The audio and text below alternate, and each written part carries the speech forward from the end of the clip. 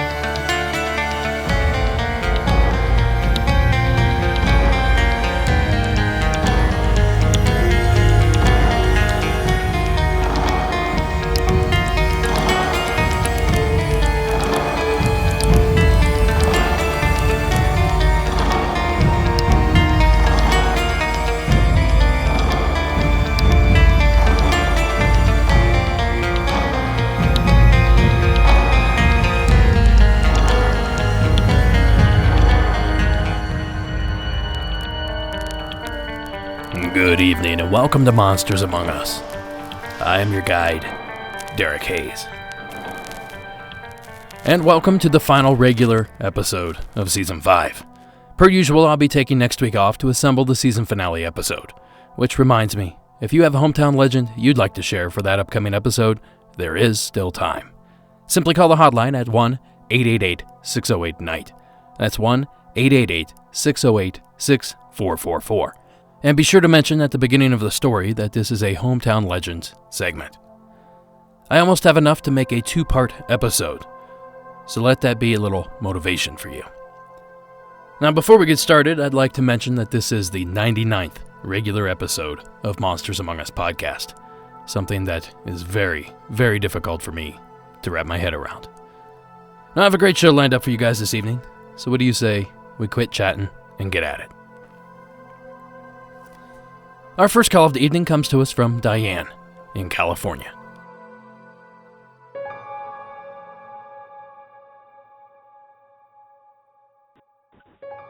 Hi, Derek. My name's Diane. I'm from Long Beach, California. I was calling because my story happened a few years ago. My son was around 2 at the time, and he's 9 now. We moved into my friend's house in Long Beach, her parents' house. They let us live there. I was going through a divorce, and they let us stay there for a little bit until I got back on my feet. So me and my son moved in, and it was my best friend's house. I'll call her Sherry. So me, Sherry, and my son all had to share a room. And before this, she was my best friend for a long time, and she would tell me that sometimes she would feel something sit on her bed in the middle of the night, even though nobody was in there, obviously, and then she would feel like something on top of her. So we had moved in. We lived there for a while, like maybe 7 months, like nothing happened, nothing bad. And then I remember one night, so usually it would be Shirley on the outside of the bed, my son in the middle, and then me on the other side of the bed, and the bed was up against the wall. So I was laying on my side to the left, and my face was facing the wall. And that night, I kept waking up feeling like there was hands coming up from the bottom of the bed, but there's no way hands could go through there because it was pushed up against the wall. Like, you couldn't go down there unless if you physically moved the bed. So that night, I kept feeling like hands were coming through under the bed trying to touch me. So I was like, that was weird. And so the next day, I was like, I'm not going to sleep on that side. So I slept on the outside that night, and then my son and Shirley were on the other side. And this time I was sleeping on my right side, facing the outside of facing the room. And I woke up, like, normally you wake up, you open your eyes and go right back to sleep. I woke up and I saw this huge black thing in the corner of a room. It looked like, like death in movies and cartoons, how it has that big black cape and it covers its head. But in, like, the death cartoons, like, you see the skull face. So this one, it had a cape, but there was no face. It was completely black. But I could see, like, the cape head was over something, a head, but I couldn't see no face or anything. It was huge. The head would have hit the ceiling, so I'm guessing, like, 7 feet, 7.5 maybe. But if it was standing up straight, it wasn't standing up straight. It was bent forward over a little bit, and it was staring right at me. So, and it's crazy. Even though I didn't have a face, it didn't have eyes, I could tell it was staring at me. It was looking straight at me. It was bent over a little bit, standing straight at me, staring straight at me. And I just remember I was like, oh my freaking God, I was like terrified. And then also too, when it was staring at me, I just remember like feeling this hate. Like, it hated me. It hated that I could see it. Like, it just hated me so much. Like, I could literally feel it, like, radiating from it. This just pure hatred of me. And I was so scared. I was terrified. I ended up just pulling the covers over my head like a little kid. Like, also too, there's no way I could have screamed. I think I was trying to tap Shirley, but I couldn't even barely move that much. I couldn't scream. I couldn't say anything. I don't remember if I tried to call her name. If I tried to, it wouldn't have come out anyways. So I ended up just putting the covers over my head, and I don't know how long I was there, and I ended up falling back asleep. The next day, I woke up, and Shirley was awake, and I was like, oh, Sherry. I was like, oh, my God, Sherry. I saw this thing. I saw this huge thing. And she was like, this huge black thing, and it was staring at me. She was like, right there in the corner. I was like, yes, it was in that corner right there. She's like, oh, I see it all the time. I was like, what, you see that thing all the time? She's like, yeah, I see it all the time. So, yeah, I mean, that was like the last time I had never seen it. We moved out maybe, a couple months after that, but I had never seen that thing again, never felt anything. But, yeah, that's my story, and I just want to say I love your show, the Monsters Among Us podcast. I love it. It's awesome, and I love listening to the stories, and hopefully you can use my story. So thank you. Bye. Thank you, Diane.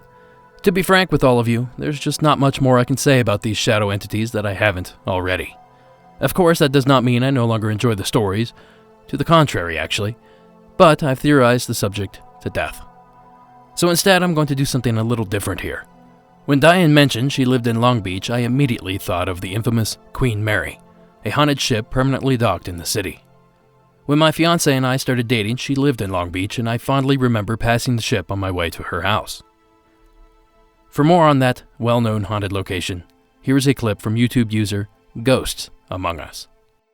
Voted by Time magazine as one of the top most haunted places in the United States, the great ship Queen Mary is now a luxury hotel permanently moored in Long Beach, California. The 1,000-foot-long behemoth was constructed in the 1930s in the shipbuilding yards of Clydebank, Scotland, and took her maiden transatlantic voyage in May of 1936. The Queen Mary was unmatched in its elegance and catered to the rich and the famous. During World War II, the Queen Mary was stripped down and converted into a troop ship known as the Grey Ghost due to its new military paint job. The Queen Mary transported nearly 800,000 troops to Europe and was involved in the D-Day invasion. The ship was returned to its original glory following the war and resumed its transatlantic route until the growing popularity of air travel forced its retirement in 1967, when it was sold to the city of Long Beach for use as a permanently docked museum and hotel. The Queen Mary is thought to be home to as many as 150 spirits who continue to roam the hallways and ballrooms of the ship. A lot of that paranormal activity is focused on the engine room, where a young crew member was crushed to death by a watertight door in 1966. Half-Hatch Harry, as he's known, is sometimes seen walking the tight corridors of the engine room. In areas near where the ship's pools were once located, 2 young girls can sometimes be seen laughing and playing. They're presumed to be the spirits of 2 girls who drowned in the pools during the ship's sailing days. Visitors have also reported hearing splashing sounds and seeing the ghostly apparitions of women in 1930s style swimsuits, as well as wet footprints on the pool decks. And that's despite the fact that they've been drained and closed for decades. A beautiful young woman dressed in an elegant nightgown, known as the Lady in White, can sometimes be seen dancing alone in the shadows of a ballroom. A tall, dark-haired man dressed in a suit has been seen having a drink in one of the ship's bars, and a newborn can be heard crying from an area that once served as a children's playroom. It's believed to be the spirit of a baby who died there shortly after birth.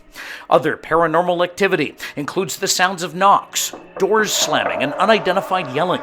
Others have reported odd smells and unexplained temperature changes.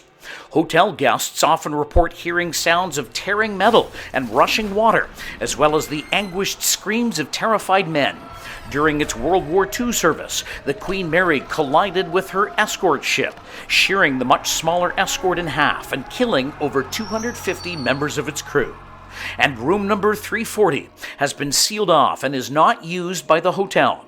A staff member was once murdered there, and the hauntings became too violent for its continued use as a hotel room. I'm actually planning on staying on the ship overnight sometime in the coming months to shoot a video segment for the Patreon subscribers, something I've been wanting to do for a very long time. So thank you, Diane, for your submission. I'm not sure what these shadow figures are, but there certainly seems to be a lot of them out there. Thanks again. Our next story takes us to the skies over Virginia. This is Randy's encounter. Hey Derek, it's Randy from Richmond coming back with another encounter. This one happened in March of 2016 in the Goochland area of Virginia. It was a gorgeous spring day, and I was walking out of work. Where I was working at the time, you could see trees all around you. It is practically in the middle of nowhere, so the scenery was beautiful. I just happened to look up while I was taking a deep breath as I walked across the bridge to the parking deck when I noticed a couple of strange things in the sky. It looked like someone took a white gel pen, made a mark in the sky, and they were moving it all around. The shape of these objects looked exactly like the mark you would make with a pen when you draw a line. So I got in my car and I drove up to the top of the parking deck. I got out of the car and looked up to my surprise, and there were 6 objects, all the same size, all moving around in different directions. They covered a lot of space in a short amount of time. I was amazed no one else seemed to see these objects. My first thought in my head was a cool meteor shower. Only problem was, no trail behind them as they moved, and they changed directions. I thought about military jets and commercial airliners, but the color was off, and most of the time they leave a trail from the engines behind them.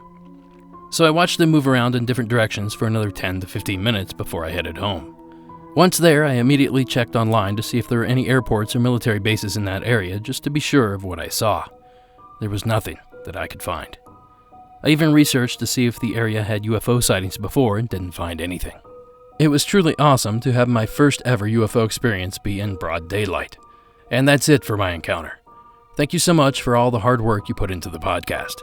It is one I look forward to every week. Keep up the great work. Thanks again, Randy. Well, thank you, Randy. My initial thought here was that Randy simply saw kites. As I've said a million times, I live in the mountains northeast of Los Angeles, and due to the strong winds we receive up here, it's not uncommon to see intricate kites flying through the sky, and let me tell you, some of these things can really scoot.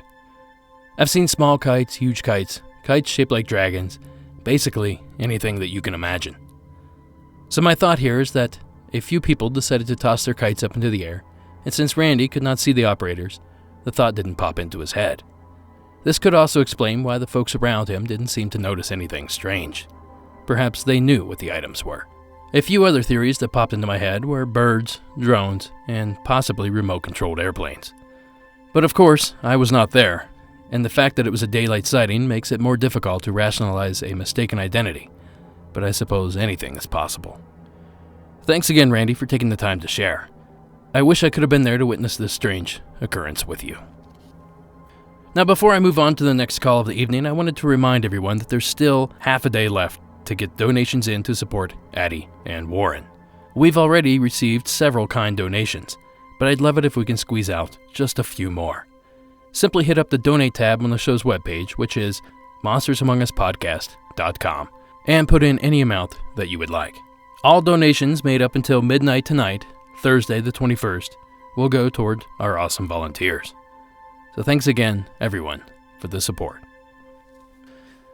Okay, get comfortable, because our next call is a bit on the longer side. The following is Annie's call from Arizona. Hi, Derek. This is Annie in Arizona. I think this is probably my last story, unless something nifty happens between now and then. But listening to the people who call into your show that share their haunted house stories did remind me of a wonderful series of events that occurred for several years in my childhood growing up. Most people call in.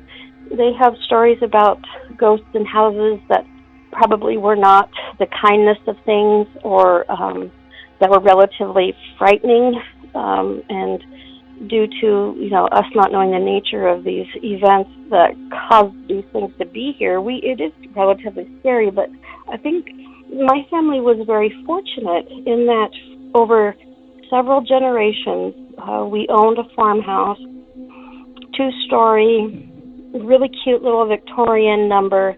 It did have a basement.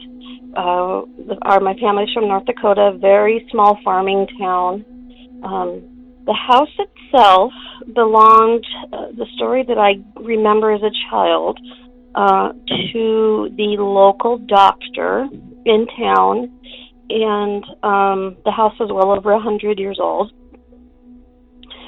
This doctor and his wife ended up losing a child. Now, whether or not that has any bearing on what existed in the house at the time, I couldn't tell you, but we believe it did.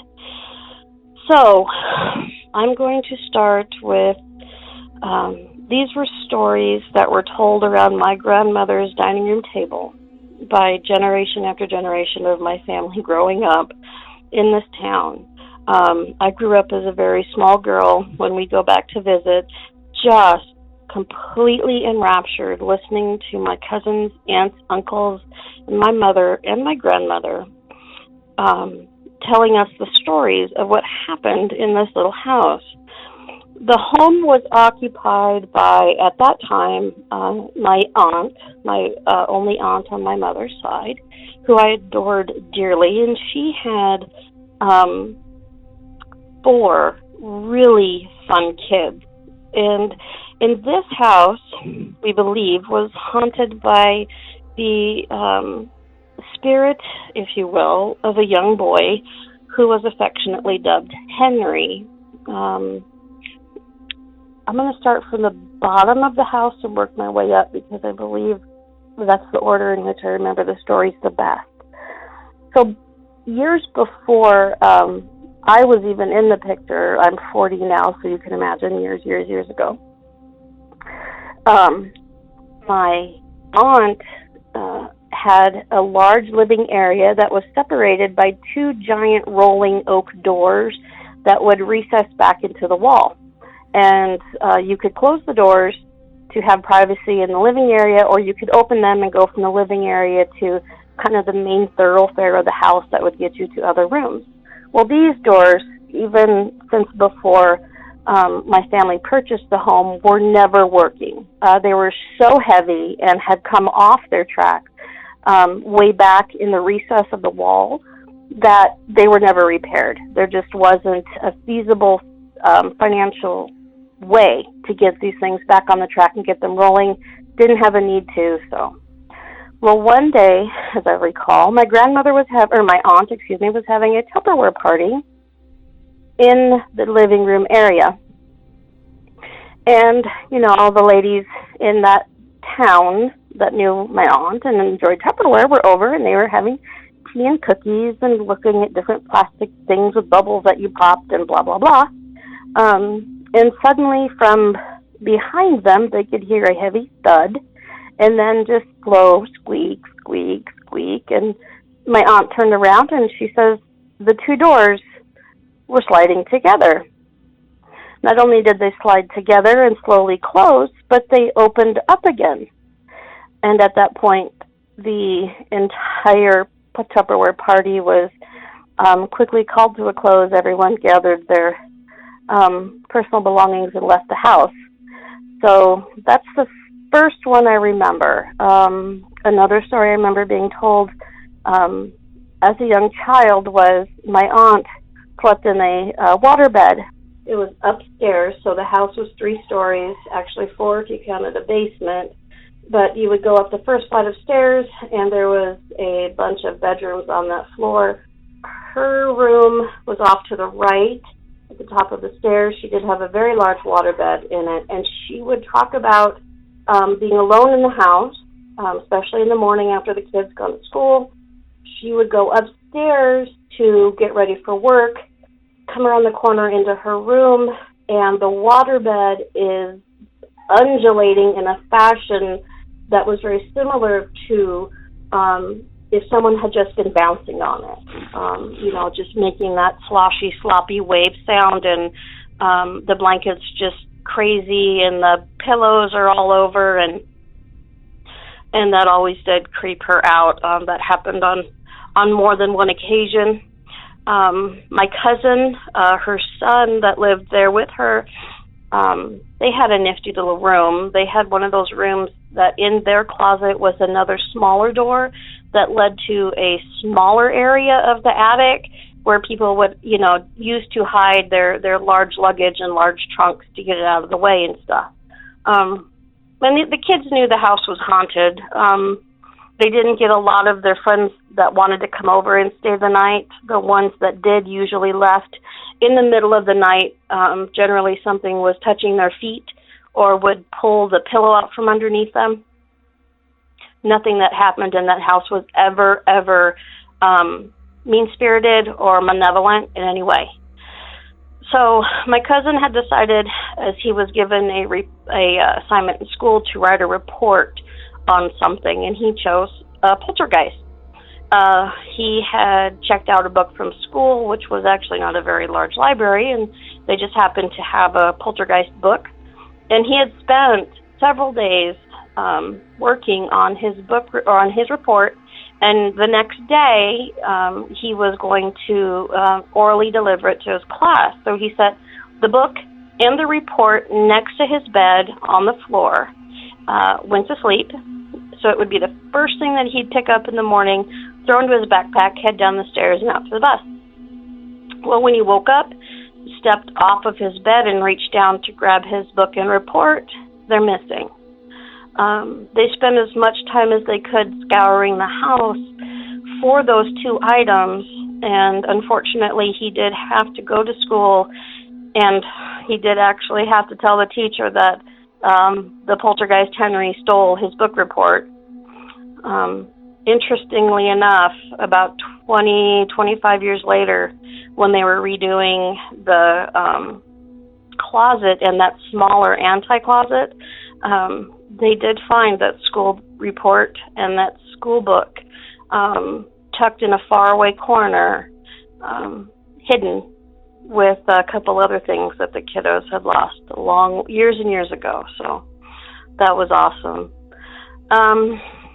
When the family would go away for an extended period of time, when the parents and the kiddos would leave to visit, say they'd go to Fargo for a couple days or even longer, when they'd come home, all the pictures that were of the family, they usually hung downstairs in the hallway, the entryway, the dining area, were taken off the walls and were set face up on the coffee table in the living area. And the feeling around that was always just definitely Henry's lonely. He's missing his family. Even though we went back and visited almost every summer, I was terrified to stay in that house, but I looked so forward to it every year. Those 2 feelings were so conflicting. My memories of that house, I think the most profound experiences I had, the very first one actually, I was sleeping in the first bedroom on the left as we came up the stairs with my grandmother. And my grandmother, she'd feared nothing. So in sharing a bedroom with my grandmother, I felt pretty safe. I had the bed underneath the window that faced out toward the street, and she was closest to the door. So late that night, I know I was tired. We had played hard, I remember, and I just crashed. Well, later that night, it was nighttime. Wee early hours of the morning, maybe. I woke up because I thought I heard my grandma get up and leave the room because the door shut. So I rolled over and I looked, and the door was open, and my grandma was still in bed. Then suddenly, out of the corner of my eye, I could see some movement in the hallway. So as I looked, from where I laid, I had a direct shot of line of sight down the hallway, all the way to the end of the hallway. I watched in eerily succession. There was probably 6 doors in that hallway. Each one would open and close, and the next one would open and close, all the way like that, all the way to our bedroom door, which, to my terror, closed and then opened, which then set off the chain of events of every single door in unison, opening and then closing, opening and then closing. I was so scared that I couldn't talk, that I couldn't move. Grandma was right there. She was 5 feet away from me. I was too afraid to get out from underneath my blankets to do anything. So I laid there, and I laid there until I fell back asleep, eerily enough. I don't know how we do that, but we do. Woke up in the morning on the floor. I'm not sure how I got there. Came downstairs as quick as I could, told my mom and dad what happened, and thank goodness I had parents who never disbelieved me. Just the fact that they validated, saying, yes, it can be a little bit scary in this house, made me feel a whole lot better. So that was terrifying. One of the other things that happened, this was to my sister, actually. We were playing in the entryway, and there was a big double doors that opened to, when you came in the door, almost directly in front of you, that there was a staircase past the closet. You would open the closet doors. There was a coat rack that hung there with some coats that hung, and if you walked past through that, you would walk down the stairs into the basement, and the basement was a whole other story. But Kathy and I were playing in the hallway, and I don't know what happened. Fortunately, my dad was close by because we collided. She hit those double doors, and they opened, and she went backward down those basement stairs. And I looked at Dad, and he went down after as fast as he could, and I could hear him run. I was screaming for Mom. Mom came in from the kitchen, and about the time Mom got to where I was standing at the opening to the basement, Dad came up holding my sister, and my sister was probably about 6 or 7 at the time, and he put Kathy down, and Kathy just scampered away. And my dad, I've never seen my dad afraid. He was white. He was whiter than a sheet of paper, and he looked at my mother, and he put his hand on her shoulder, and he said, she stopped right before she hit the floor. He said, I picked her up out of thin air. At that point, I think he went out back and had a cigarette. It was a long time before my mom told my sister about that, but that actually turned into one of our favorite stories to tell around the table, because it once again helped us feel like Henry was there more to look out for us and wasn't there to be harmful. So that was pretty cool. Let's see what else. So the basement had a very old time, early 1800s, perhaps, baby carriage. It was the old kinds that they were very large. It was black, had a white interior, beautiful shiny silver tires. I mean, it was obviously aged and tattered, but if you came into close proximity of that baby carriage while you were downstairs in the basement, the lights would shut off on you. And so the kids and the adults tend to stay far away from that thing. So the baby carriage at the bottom of the basement stairs would roll on its own. And so when there were tornadoes and the family actually had to go down to the basement, they were pretty, I mean, it was a toss-up between do we face the tornado or do we go downstairs and hang out with a creepy baby carriage. I mean, it was that spooky. So no one liked to go down there. No one wanted to check and make sure that the electric box, if we had to switch a breaker or something, there, I mean, you really had to pull teeth to get anybody to go down there and fix that. One of the niftiest things that I loved about Henry was some nights you could hear him sing. My aunt actually noticed it the first time. She woke up and she could hear a little boy singing a very old children's song. It wasn't inside the house. It was right out front on the little porch. And we were lucky enough a couple times to hear him sing. And it was just a cheerful little song that I didn't even remember ever hearing, but it was curious that you don't hear too many voices of small disembodied children singing on a porch. So when the family did move, they emptied the waterbed, and underneath the mattress, in the very center of the bed, that was back when you bought the large, like 2-pound rolls of butter, the rolls. There was a roll of butter underneath that mattress, curiously enough. Obviously, none of the children were strong enough to lift it, nor were the adults had any reason to put one there. So that was an interesting thing that Henry did. Once in a while, they'd come home, and there would be a dish or two that had been washed, which I thought was kind of funny.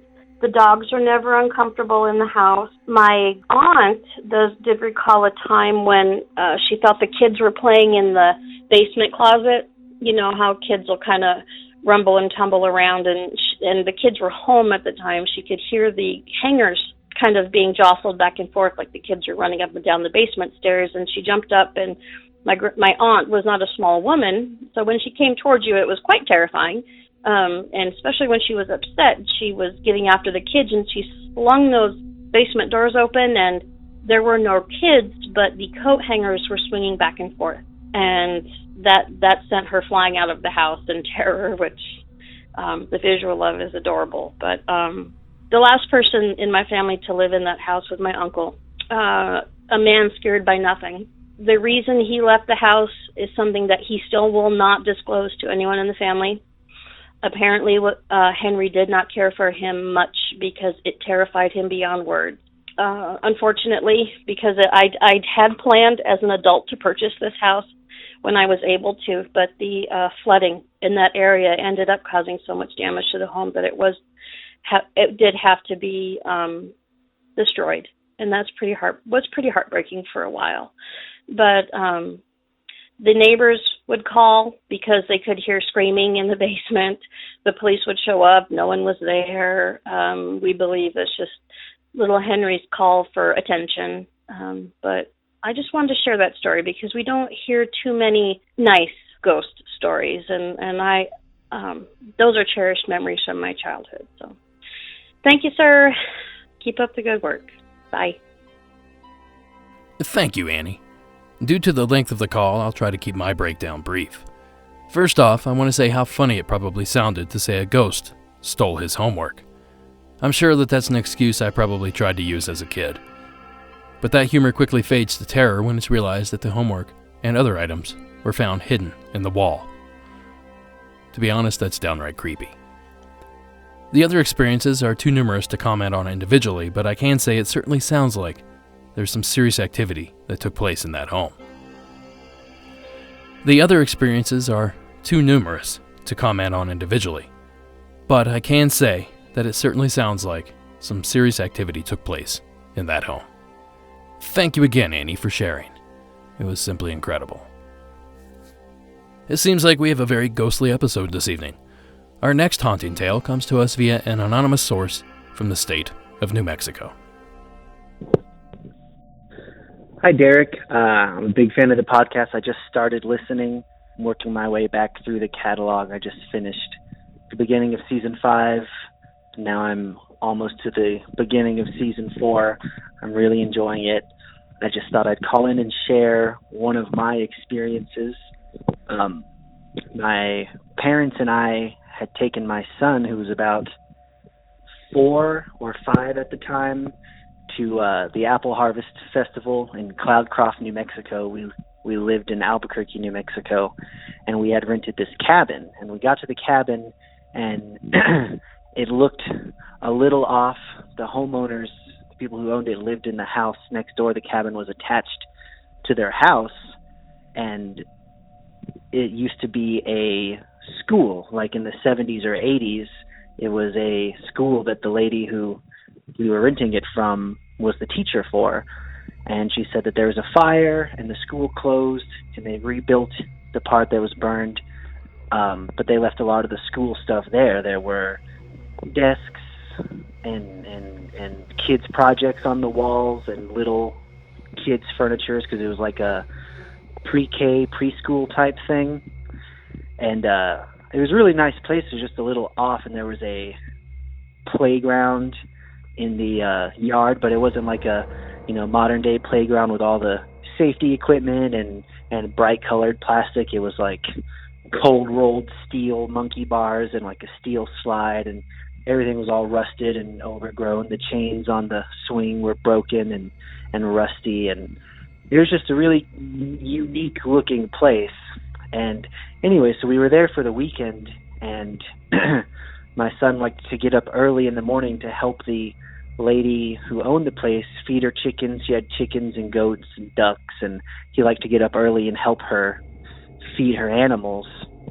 And this was our last day there. It was Sunday, and it was about 6 o'clock in the morning. The sun was just coming up over the mountains. It was kind of like a hazy light outside, and my son and I were sharing a bedroom that had 2 full beds, so we weren't sleeping in the same bed, but we were in the same room, and I heard him just banging around, and I woke up. It roused me from sleep, and I woke up and I said, "What are you doing?" And he said, "Oh, I'm going to go outside and play with this little kid." And I said, "Well, what little kid?" And he said, "The little kid. There was a boy on the outside of the window, and he was banging on the window and told me to come outside." And I said, "Well, I didn't hear anything." And he said, "Well, that's what happened. He was already mostly dressed. He was putting his boots on." And so I was like, "Well, hold on a second." And I got dressed, and we both went outside, and we walked around to where the window was. There was no sign that anybody was there. There was no little boy. It was dead quiet outside, and we didn't see anybody. We walked around all the way around the house and the cabin, didn't see anybody else. And then a couple minutes later, we heard a door close, and we went around to the front, and the lady who owned the place had come out of the cabin. She had her pail with her feet in it and everything, and she was like, "Oh, you guys are up already, ready to help me feed?" And Oliver, my son, asked where the little boy was, and she kind of looked at us and said, "You guys are the only ones here. We only have the one cabin, and the nearest neighbor was on the other side of the mountain, maybe half a mile away." And she said there wasn't anybody else there. So, yeah, I don't know. Maybe a child had perished in the flames of the school or something like that. I don't know. I didn't press it any further. I just didn't honestly think about it at the time. I thought maybe my son was dreaming or whatever, but now after listening to a lot of the stories your other listeners have said, it definitely strikes me as something pretty creepy. So anyways, love the podcast. You're doing a great job. It's nice to have a place for people to talk about their experiences. Keep up the good work. Thanks. Thank you, caller. I've heard countless stories like this one, but that does not stop them from being beyond spooky. I realize kids have an active imagination, but you have to remember that parents spend countless hours with their children. They know when lies are being told, and they know the difference between stories and real life. And lastly, as I always say, I'd love to know the history of the building. Perhaps we can verify that a child died on or around the property. That kind of validation goes a long way to support these claims. Thank you again, caller, for taking the time. Up next is a call from Ed regarding a strange craft he saw in the sky. Hey, Derek, this is Ed. I wanted to call in and tell you about a story that I have. Well, I was leaving work one day, and I just happened to look up, and I saw what I thought was a satellite. It was pretty dark outside, so but there was no clouds, and so I could see some flashing, moving across the sky. And then I looked away for a minute, and I looked back up, and then I noticed a different light. That light seemed strange to me right away. It kind of sat there for a second, and I thought it was a helicopter or something like that, or a plane maybe moving away from me, but there was no sound, and it happened to look like it was above a lake nearby that I could see. I'm not entirely 100% sure about that though, but yeah, like I said, it hovered there for about maybe like 30 seconds, and it was this kind of green bluish color, and it just sat there, and then all of a sudden it shot straight down. And then as it was going down, it just kind of blinked out of existence. At first I thought maybe it was like, maybe it was a drone or something. Somebody might have been flying a drone, but it seemed like it was falling much faster than a drone would be if it just stopped hovering. If it was a UFO, I don't know. I just thought it would be an interesting story for you to hear. Hope you can use this on a podcast. Love it, by the way. Been listening for a couple months now. Keep up the good work. Thanks. Thank you, Ed. I like Ed's theory of a drone. Most seem to have green lights on them, and the movement sounds right. But as Ed mentioned, he doesn't think that's what he saw. I certainly can't say for certain what it was he witnessed, but I can say that I've received an influx of green-colored UFOs as of late. I believe I shared one on a recent episode, and I have one on an upcoming Patreon episode. Of all the colors used to describe UFOs in the past, green has not been an overly popular one. So, why all the green UFO reports lately? Is it possible that this could all stem back to the green lights found on everyday conventional drones? Thanks again, Ed, for the call. We really appreciate it. Okay, I have one more story to share, but first, these news bulletins. It's 100% official.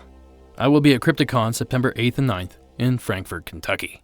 If you're going to be in the area, I highly suggest attending, and if you do, be sure to stop by and say hello. You can find more info at www.cryptidcon.com. Please rate and review the show on Apple Podcasts or whichever app you use. And if that app does not allow reviews, then please share the show on your social media page. We recently surpassed 600 reviews, which almost seems impossible. I never thought we'd reach that number. So thank you to all those that have taken the time to do so. And don't forget to catch me on the latest episode of Blurry Photos, where I talk with David Flora about our good buddies, the Mirrored Men.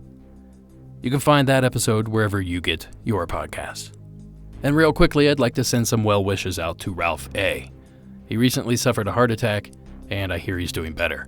So hang in there, Ralph, and it's good to hear that you're on the upswing. And lastly, I'm still working on the merch. Unfortunately, the delays are out of my hands, but I promise they will be here very soon. Alright, now for the final story. The following is Audrey's call from Oklahoma. Hi, Derek. This is Audrey in Oklahoma. I called yesterday, but I didn't word my story very well, so I'm resubmitting the same story today. I was reminded of this story when I heard Reginald's story in the most recent episode. This is a story that didn't happen to me directly, but to my aunt. She was in Arkansas in the early 90s, and she was fishing at dawn early in the morning with her husband. They were at a lake near Eureka Springs, and she was looking across the water, just enjoying the morning, and something caught her attention, something moving from the trees.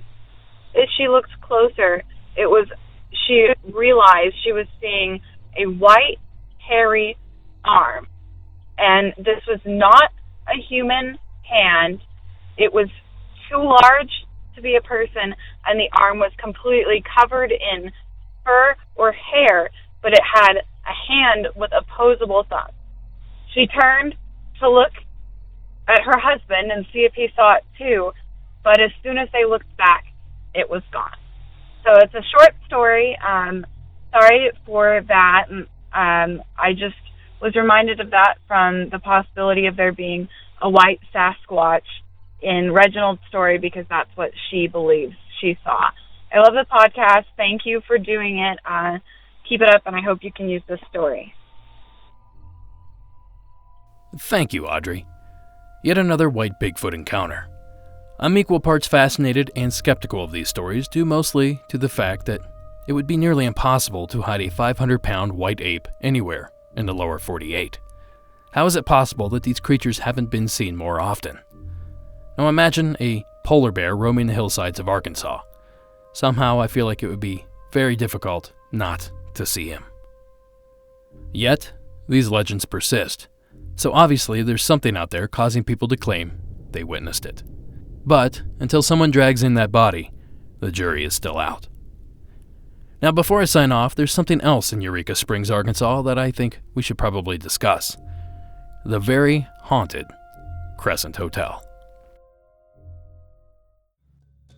The Crescent Hotel in Eureka Springs was built in 1866 and originally acted as a hotel until purchased by Norman Baker, a con artist, in 1937. Under his management, the hospital used false advertisements regarding a cure to lure cancer patients to the area, many of them dying within its walls. Those brave enough to investigate these old corridors report a terrifying and wide range of activity, including guests having sheets thrown from them in the middle of the night, disembodied footsteps in the hallway, and the sound and feel of a heavy breathing on the back of the neck. Many reports detail ghostly doctors and nurses pushing gurneys, and almost skeletal cancer patients wandering the halls, even stopping to talk to current guests at great lengths. The spirit of a little boy has been seen skipping through the halls on multiple occasions, and many have reported the feeling of being touched, pushed, or pinched by invisible hands. Room 218 is said to be the most haunted, where lights flicker, the door violently slams, a loud pounding sound comes from the walls, and several have seen black hands emerging from the bathroom mirror. One guest even ran screaming from the room after seeing blood begin covering the walls. And what of Mr. Baker, you ask? The dastardly con artist responsible for these horrors? His soul is there too, according to witnesses who report seeing him cornered in the hall by the many ghosts of his misled patients from life, before being ripped apart limb from limb. That clip comes courtesy of The Speakeasy on YouTube. That clip and all others used on tonight's show can be found in the show notes for this episode. Simply visit monstersamonguspodcast.com and click on the show notes tab. With all the tragedy that took place in that hotel, it's not at all surprising that there may still be a few guests hanging around. And that's going to do it for this episode. Monsters Among Us is written and produced by me, Derek Hayes. Additional support is given by Addie Lloyd and Warren Pon Abbott. All audio used in this production is done so under the protection of fair use. Music for this episode was provided by Mayu and Coag Music. Thank you all for listening, and until next time.